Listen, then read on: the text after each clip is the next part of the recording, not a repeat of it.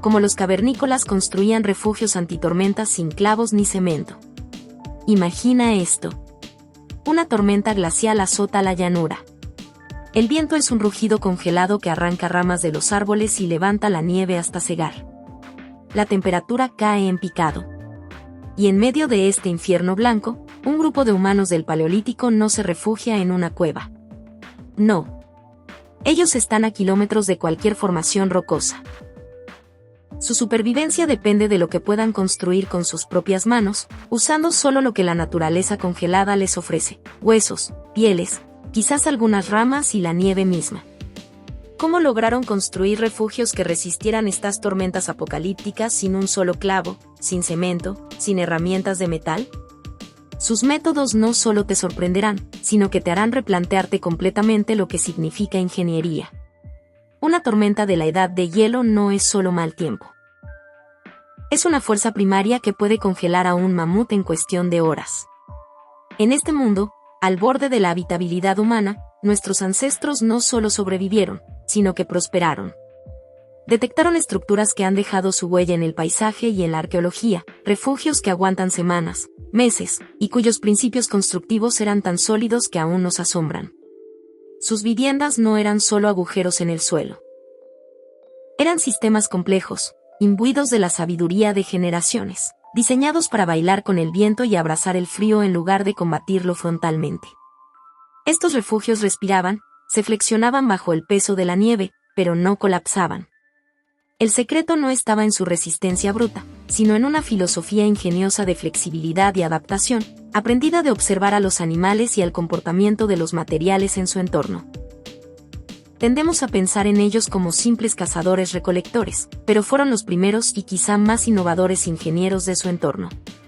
Leían el paisaje como nosotros leemos un manual, sabiendo cómo hacer que un colmillo de mamut, una piel de bisonte o un montículo de tierra sirvieran a su propósito sin forzar la naturaleza. Era un arte nacido de la necesidad más cruda. Quédate hasta el final del video y aprenderás cómo un solo tipo de amarre, una sola forma de tensar pieles sobre una estructura, permitía a estas casas soportar los vendavales más violentos que el planeta haya visto. ¿Y si te dijera que todo lo que creías sobre las viviendas de la Edad de Piedra está equivocado? Olvida la imagen de un grupo de personas tiritando dentro de un hoyo sucio y húmedo. La realidad era mucho más impresionante y diversa. No eran simples agujeros. Eran arquitectura adaptativa en su máxima expresión.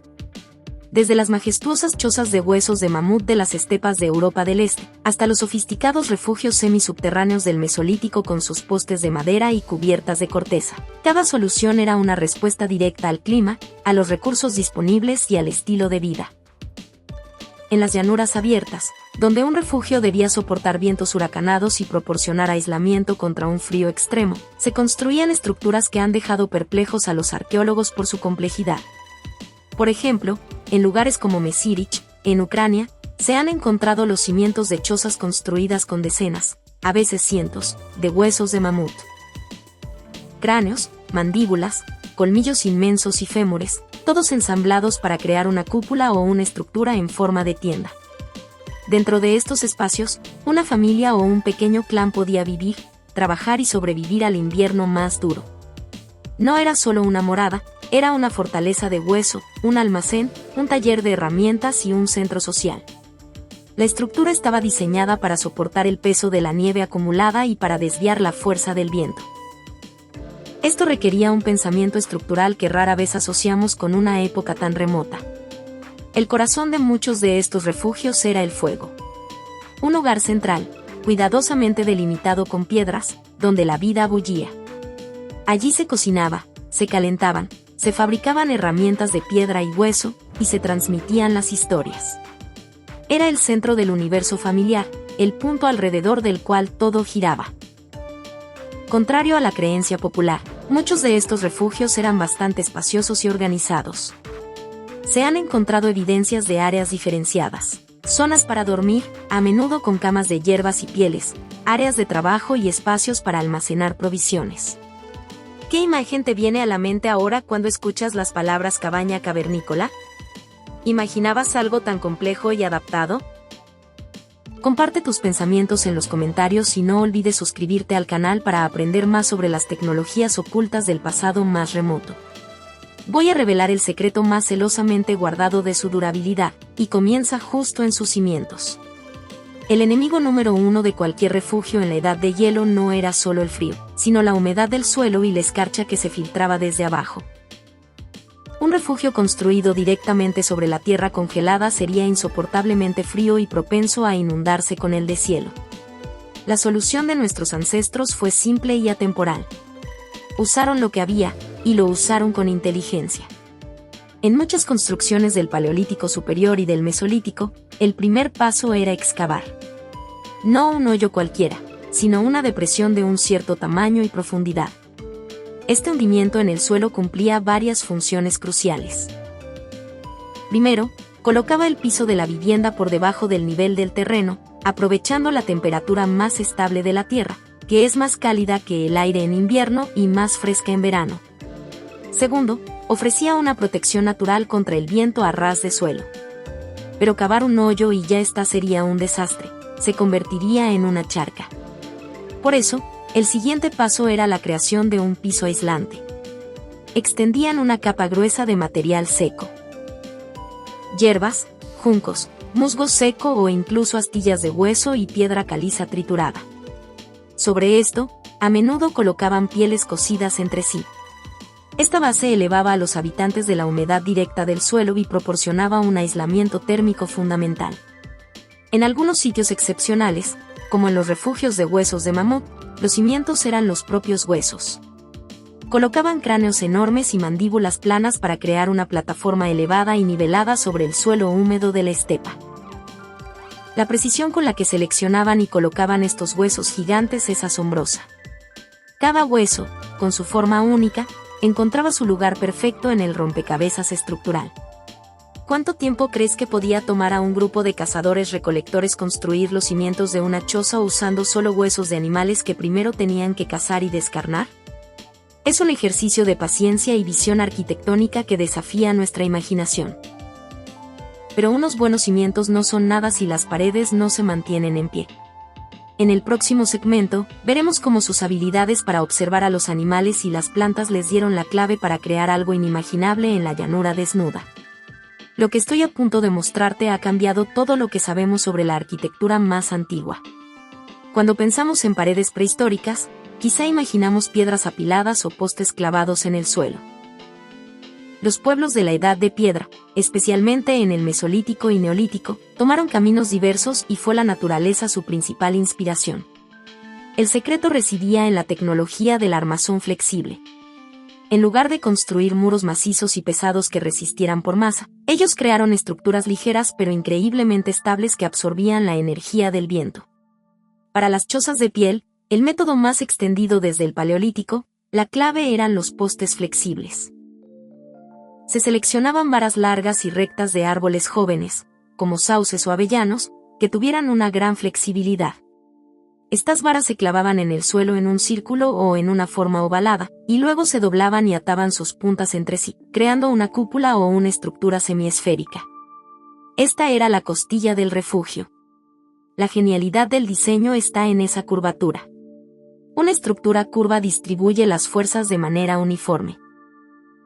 Cuando el viento golpea una superficie curva, fluye alrededor de ella en lugar de impactar de lleno. Es el mismo principio que la forma de un iglú o el caparazón de una tortuga. Los postes, al estar flexibles, podían mecerse ligeramente con el viento, absorbiendo el golpe sin romperse. La pared no resistía hasta romperse, cedía un poco para después recuperar su forma. Esta flexibilidad hacía a la estructura increíblemente estable ante ráfagas que habrían volcado una estructura rígida. No se rompía porque estaba diseñada para moverse. Si no sabías que las chozas de la Edad de Piedra eran tan flexibles como los juncos de los que a veces estaban hechas, deja un like en el video. Era una tecnología nacida de la observación de los nidos de los pájaros y de los refugios naturales. ¿Listo para aprender la verdad sobre lo que realmente sostenía el techo y sellaba todo? Acabamos de hablar de las ingeniosas estructuras de postes, pero aquí hay un dato impactante. En muchos de estos refugios, La estructura de postes por sí sola no era suficiente para ser impermeable ni mantener el calor. Era solo el esqueleto, la armadura. La masa que realmente aislaba y protegía era una cubierta completamente separada. Era la piel del animal, literal y figurativamente. Se cubría la estructura de postes con grandes pieles de animales, cosidas meticulosamente con tendones. Para las comunidades costeras del Mesolítico, podían usar cortezas de abedul u otras plantas. Pero el toque maestro, el secreto de la estanqueidad y el aislamiento, estaba en el tensado y en las capas. Las pieles no se colgaban simplemente, se estiraban y se ataban con fuerza, a menudo utilizando un sistema de tensión con correas y pesos en la base. Esto creaba una superficie tensa que la lluvia y la nieve resbalaban. Pero una sola capa de piel no era suficiente para un invierno glaciar. Aquí es donde aplicaban el principio multicapa.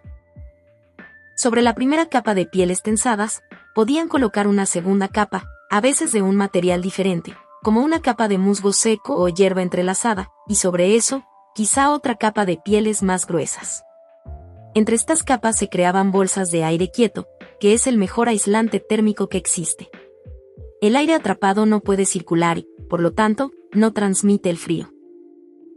Esta división de funciones, un esqueleto flexible para la estructura y un sistema multicapa de pieles y materiales vegetales para el aislamiento, era la cúspide del pensamiento ingenieril de la Edad de Piedra. Gracias a este método, el refugio podía ser reparado o modificado fácilmente, reemplazar una piel gastada sin desmontar toda la estructura. El esqueleto de postes permanecía intacto. ¿Podrías imaginarte viviendo en un espacio así, donde cada elemento tenía un propósito de supervivencia tan claro? Pero, ¿cómo podían unir estos postes y tensar estas pieles sin una sola cuerda sintética? En el próximo capítulo, revelaremos el secreto de los amarres y las cuerdas de la Edad de Piedra. Imagina la tarea. Necesitas unir firmemente varios postes flexibles en su punto más alto para formar la cúpula. No tienes clavos, ni tornillos, ni siquiera cuerdas de cáñamo o lino, aunque estas aparecerían más tarde, en el Neolítico. Tu único recurso son las fibras naturales que puedes recolectar. La solución de nuestros ancestros fue el uso de ligaduras hechas de materiales perecederos pero extremadamente resistentes cuando se usan correctamente. Raíces flexibles de árboles jóvenes, tiras de corteza interior, como el íber del tilo o del sauce. Tendones de animales e incluso tripas secas y retorcidas. Esta no era solo una cuerda atada a la ligera. Era una tecnología compleja e ingeniosa que aprovechaba las propiedades naturales de estos materiales. Se elegían fibras largas y fuertes. Los tendones, por ejemplo, al secarse, se contraen y se vuelven tremendamente duros, apretando aún más el nudo. Las raíces y las tiras de corteza, si se mantenían húmedas durante el amarrado, se adaptaban perfectamente a la forma de los postes y, al secarse, se contraían y fijaban la unión con una fuerza inmensa. El secreto más importante estaba en el tipo de nudo y en el entrelazado. No usaban un simple nudo cualquiera. Desarrollaron técnicas de entrelazado y atado que distribuían la presión y evitaban que la cuerda se deslizara. A menudo, no ataban solo un punto, sino que envolvían las fibras alrededor de la unión de varios postes en un patrón de red o de tejido, creando una especie de capullo o junquillo que reforzaba toda la unión estructural. En algunos casos, para estructuras más permanentes del Neolítico, podían hacer agujeros en los postes, taladrados con herramientas de piedra y arena, y pasar a través de ellos tiras de cuero crudo. Al secarse, el cuero se contraía, apretando la unión de una manera casi irreversible. Era una clavija viva que se integraba a la estructura. A diferencia de un clavo de metal que puede oxidarse y aflojarse, estas ligaduras orgánicas, si estaban protegidas de la putrefacción por el humo del interior o por estar secas, se volvían parte integral de la construcción. La unión no solo aguantaba, se hacía más fuerte a medida que los materiales se secaban y tensaban. Era la tecnología ideal para un entorno donde los recursos metálicos eran inexistentes. Las uniones no solo sostenían, sino que permitían esa flexibilidad microscópica crucial. Las fibras podían estirarse un poco bajo tensión extrema, como en un vendaval, y luego recuperar su forma, evitando la rotura repentina. Era una victoria de la observación y la adaptación, usando los mismos materiales que la naturaleza usaba para mantener unido el mundo.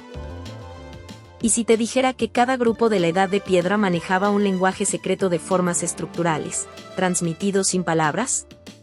Este lenguaje consistía no en palabras, sino en formas de ensamblar, en ángulos de postes, en patrones de tejido para las cubiertas. Era el lenguaje de la arquitectura orgánica, que les permitía erigir sus refugios sin un plano escrito. La base de este lenguaje era la triangulación y la curvatura. Aunque no la expresaran con fórmulas matemáticas, la entendían empíricamente. Una estructura de postes triangulada, como en una tipi, que aunque es posterior, ilustra el principio, es mucho más estable que un cuadrado. Muchas chozas del Paleolítico y Mesolítico tendían a formas circulares u ovaladas, que son inherentemente más estables y distribuyen las fuerzas mejor que las esquinas. Otra palabra en su lenguaje era la inclinación.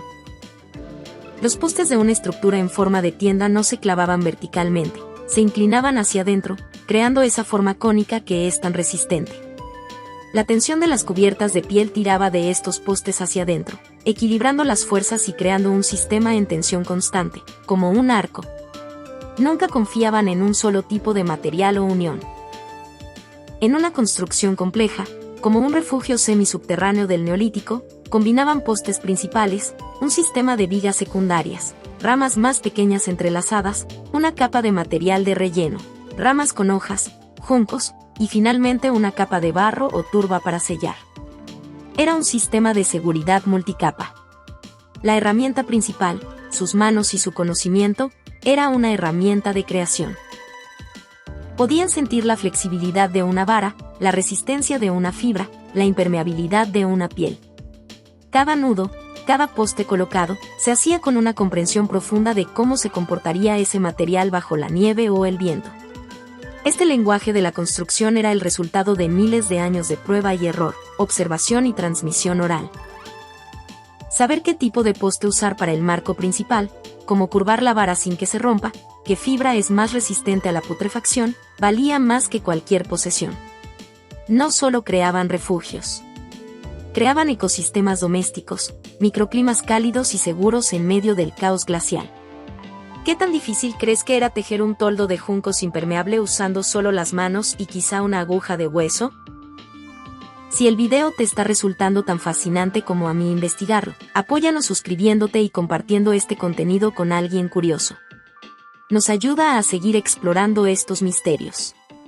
Pero un esqueleto bien atado y una cubierta tensada no protegen por sí solos del frío penetrante. En el próximo capítulo, veremos cómo envolvían sus casas en una manta viviente, usando uno de los aislantes más efectivos del mundo, que aún usamos hoy. No importaba cuán bien estructurado estuviera, un refugio de pieles o postes podía dejar escapar el calor por las rendijas. El frío glaciar exigía una solución más robusta, y la encontraron justo bajo sus pies, en el suelo mismo.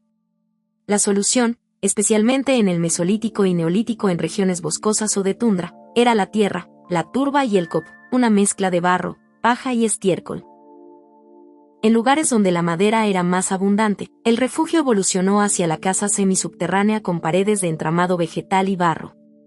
El marco de postes que mencionamos servía como soporte interno y como base para el relleno. Las paredes se construían tejiendo ramas flexibles, avellano, sauce, entre los postes verticales, en una técnica llamada guatolo zarzo. Sobre este entramado, se aplicaba una espesa capa de daub o barro, una mezcla de arcilla, arena, paja picada y a veces pelo de animal o estiércol. Esta mezcla, al secarse, se volvía dura como una roca, pero mantenía cierta flexibilidad. Este muro era un aislante formidable. La masa de barro y paja tenía una gran inercia térmica, absorbía el calor del fuego durante el día y lo iba liberando lentamente durante la noche. Además, era completamente hermético al viento. No había corrientes de aire que se colaran por rendijas. Las paredes podían tener más de medio metro de grosor. Este no era solo un muro, era una masa termorreguladora viviente.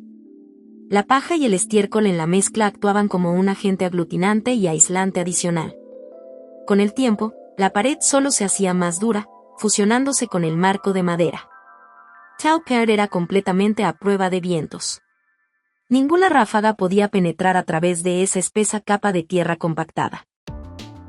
Dentro del refugio, aunque podía ser oscuro, las ventanas, si existían, eran pequeñas aberturas cubiertas con piel translúcida o vejigas de animales, siempre estaba notablemente más cálido que el exterior, incluso en una ventisca. Los refugios construidos con esta tecnología a menudo se mimetizaban con el paisaje. Vistos desde lejos, parecían pequeños montículos naturales, parte de la colina misma. No era solo una vivienda, era una extensión de la tierra.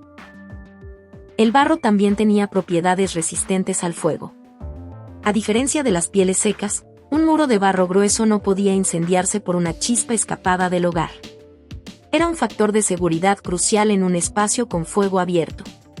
Mantener tal casa requería atención. Las paredes de barro podían agrietarse y necesitaban un nuevo enlucido ocasionalmente. Pero nuestros ancestros estaban dispuestos a pagar ese precio por la calidez y seguridad que esta manta de tierra les proporcionaba.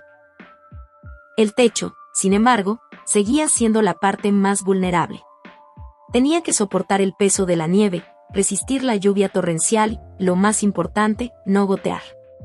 En la edad de piedra no existían las tejas ni los plásticos. Pero tenían algo que funcionaba incluso mejor para muchos climas, un sistema multicapa que es el ancestro directo de los techos verdes modernos. Este sistema era ingenioso en su simplicidad y eficacia. La primera capa, sobre las vigas. Ese o el entramado de ramas del techo, era a menudo una capa de material vegetal impermeable. En regiones con abedules, la corteza de abedul era un material de primera.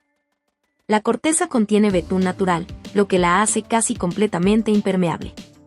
Además, la corteza de abedul no se pudre fácilmente. Se podía colocar en grandes láminas superpuestas, como las tejas de hoy. En otras zonas, usaban grandes hojas de plantas acuáticas, juncos densamente empaquetados o incluso capas de musgo.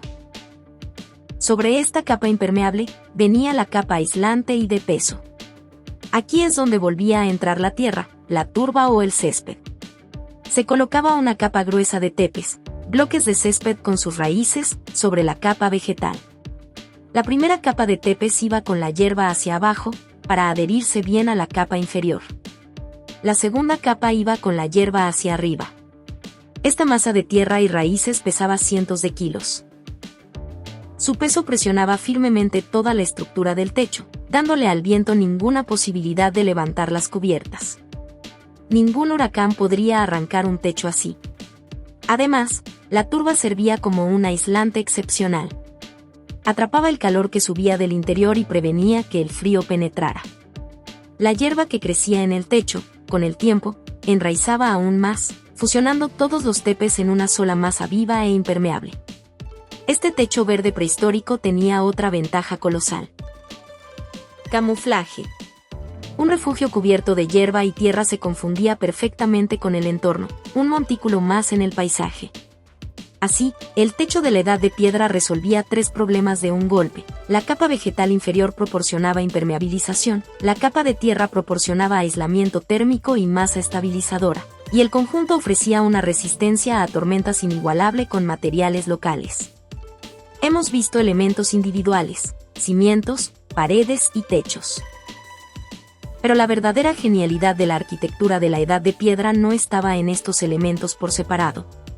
Estaba en cómo trabajaban juntos, obedeciendo a una única filosofía. Esta filosofía era la antítesis de la lucha frontal. La casa moderna a menudo lucha contra los elementos, se erige como una fortaleza rígida. Cuando la presión es demasiada, se agrieta, se rompe. La casa de la edad de piedra no luchaba contra los elementos. Vivía con ellos. Se construía bajo el principio de la flexibilidad, la adaptación y la integración. No era una roca, sino un organismo que se flexionaba con el viento, que se enterraba en el suelo para abrigarse, que se cubría con la piel de la tierra. Cada elemento estaba diseñado para el movimiento o para la absorción. Los postes flexibles de las chojas permitían el balanceo, absorbiendo las ráfagas. Era una amortiguación primitiva pero efectiva. Las ligaduras de fibras naturales permitían un juego microscópico bajo tensión. La masa continua. Mica de las paredes de barro y los techos de turba actuaba como un gigantesco amortiguador. Absorbía las vibraciones del viento, evitaba que la estructura resonara y colapsara. Era un organismo único y vivo. Cada parte de él era flexible pero estaba conectada a todas las demás. El refugio de la Edad de Piedra estaba diseñado para ceder ante la fuerza, disiparla y sobrevivir a lo que habría roto cualquier estructura rígida. Entendían una ley fundamental de la naturaleza: lo que no se dobla, se rompe. Sus casas se construían según esta ley. No intentaban vencer a la tormenta. Construían para que la tormenta no pudiera vencerlos. Al entrar en una de estas viviendas del Neolítico más avanzado, se entraba a otro mundo. Era un mundo de penumbra, calor y olores terrosos y ahumados. El centro de este mundo era el hogar. Un fuego que ardía en un hoyo central o en una plataforma de piedras, cuidadosamente ventilado para que el humo escapara por una abertura en el techo o por un hueco en la pared. Este fuego era el corazón de la casa. Proporcionaba luz en un mundo sin lámparas, calor que combatía el frío eterno, y sobre él se cocinaba la comida para el grupo. La gente se reunía alrededor en las largas noches de invierno para contar historias, tallar herramientas o preparar pieles. Pero había un inconveniente en el fuego abierto: el humo. En muchas estructuras, especialmente las más cerradas y aisladas, el humo llenaba la parte superior del espacio antes de escapar lentamente. El aire podía ser espeso y picante.